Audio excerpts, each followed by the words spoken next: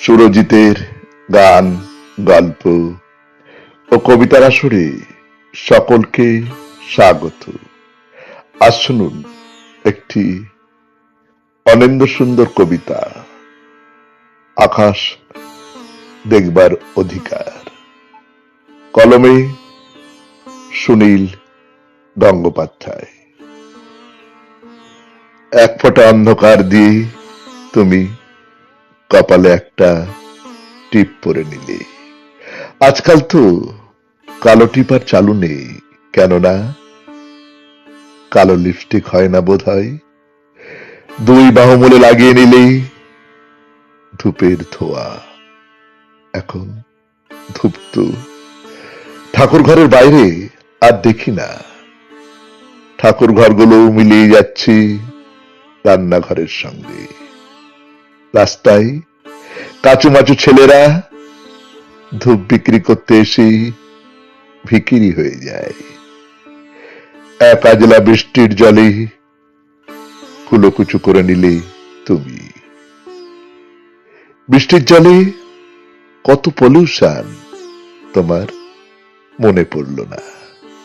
খোপায় গুজে নিলে গঞ্জা ফুলের মালা।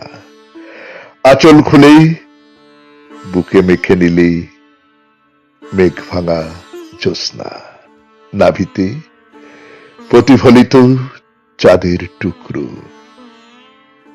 তম্বুরার মতন দুই নিতম্বে কামিনী ফুলের ঘ্রাণ।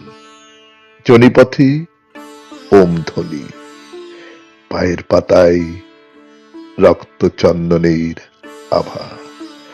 আহ, কতগুলো যুগ কেটে গেল, এখনো তোমার যোগ্য হয়ে উঠতে পারলাম না আমি। আজ আবার এসেছো পরিহাসের অপূর্ব উন্মাদনায়। আমার চোখ ঠেকবে মাটিতে, যেন আমার আকাশ দেখার অধিকার নেই আর। নমস্কার, শুনলেন কবিতা আকাশ দেখার অধিকার।